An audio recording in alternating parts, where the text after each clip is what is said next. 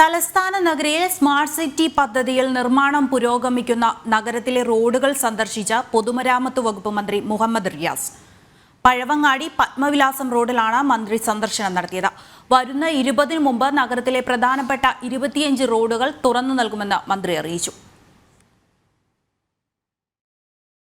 Smart city പദ്ധതിയിൽ ഉൾപ്പെടുത്തി തിരുവനന്തപുരം നഗരത്തിലെ റോഡുകൾ പണി തുടങ്ങിയിട്ട് മാസങ്ങളായി. പണി ഇഴഞ്ഞു നീങ്ങുന്നതിൽ ഇടത് MLA തന്നെ വിമർശനമുയർത്തുകയും ചെയ്തു. പിന്നാലെ മന്ത്രിയും MLAയും തമ്മിൽ കരാറുകാരുടെ പേരിൽ ഏറ്റുമുട്ടലും.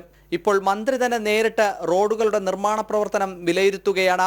വരുന്ന 20-ന് നഗരത്തിലെ പ്രധാനപ്പെട്ട 25 റോഡുകളുടെ നിർമ്മാണം പൂർത്തിയാക്കി തുറന്നു നൽകുമെന്ന് മന്ത്രി പറഞ്ഞു. പ്രധാനപ്പെട്ട 25 റോഡുകൾ പറഞ്ഞ തീയതിക്ക് മുമ്പ് തന്നെ അതിന്റെ BM ചെയ്ത് പിന്നീട് BCM ചെയ്ത് തുറന്ന് പ്രവർത്തിപ്പിക്കാനാകുമെന്നുള്ളത്, നാടിന് ഉപയോഗിക്കാനാകുമെന്നുള്ളത് ഏറെ സന്തോഷകരമായ കാര്യമാണ്.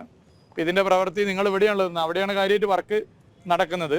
വളരെ വേഗത്തിലാണ് നടക്കുന്നത്. റോഡ് പണികൾക്ക് പിന്നാലെ വാട്ടർ അതോറിറ്റി അടക്കം റോഡുകൾ കുത്തിപ്പൊളിക്കുന്നതുമായി ബന്ധപ്പെട്ട മന്ത്രിതലത്തിൽ ചർച്ച നടത്തുമെന്നും മന്ത്രി വ്യക്തമാക്കി. കുടിവെള്ളത്തിന് വേണ്ടി വലിയൊരു നമ്പർ റോഡ് 1200ഓളം റോഡുകളാണ് കേരളത്തിൽ ഇപ്പോൾ മുറിച്ചു നൽകേണ്ട. സ്വാഭാവികമായിട്ട് ജനങ്ങൾക്ക് കുടിവെള്ളം ആവശ്യമാണ് ഭാഗമായി വരുന്നത്. അത് പഴയതുപോലെ റീസ്റ്റോർ ചെയ്യുന്നില്ല എന്നുള്ളൊരു പ്രശ്നം പരിഹരിക്കാൻ മന്ത്രി തലത്തിൽ ഇപ്പോൾ ചർച്ച നടക്കും. സെക്രട്ടറി തലത്തിൽ ഇന്നലെയും ഇതിൻ്റെ യോഗം നടന്നു. കാര്യങ്ങൾ സ്മൂത്തായി പോകേണ്ടതുണ്ട്.